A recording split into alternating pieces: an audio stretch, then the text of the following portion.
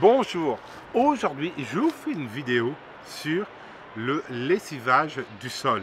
C'est quoi le lessivage du sol? Vous allez voir différents écosystèmes que vous avez dans le Cerrado. Regardez ici, vous voyez, c'est la végétation qui est derrière moi. Énormément d'arbres, mais ils sont relativement bien espacés. Et là, vous n'avez pas ce qu'on appelle le lessivage du sol. Voici un autre écosystème, des arbres, si on peut dire qu'ils ressemblent à la Mata Atlantica, qui vont faire une canopée. Ensuite, vous avez beaucoup d'herbes et des plantes aussi. Et là, vous ne pouvez pas avoir le lessivage du sol. Et ça, c'est une chose très importante, car actuellement, au Brésil, même en Europe, avec l'agriculture, avec le tout macadam, vous avez ce phénomène. C'est-à-dire que quand il pleut énormément, cet écosystème que je vous montre ici de nouveau va permettre de retenir l'eau. C'est-à-dire que l'eau ne ruisselle pas.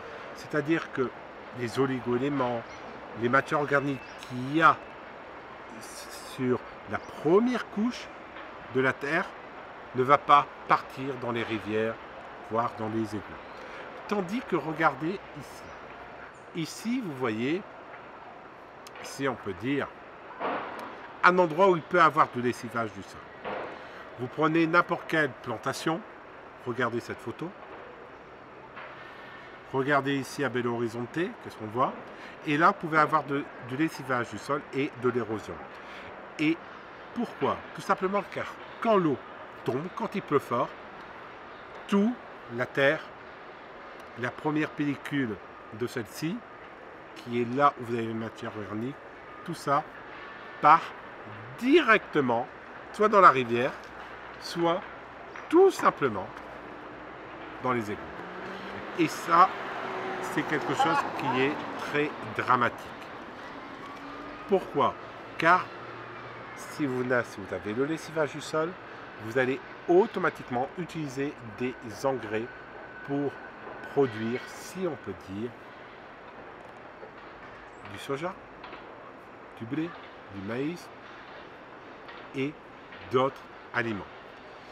Alors, c'est pour ça qu'aujourd'hui, il faut absolument arrêter avec cela.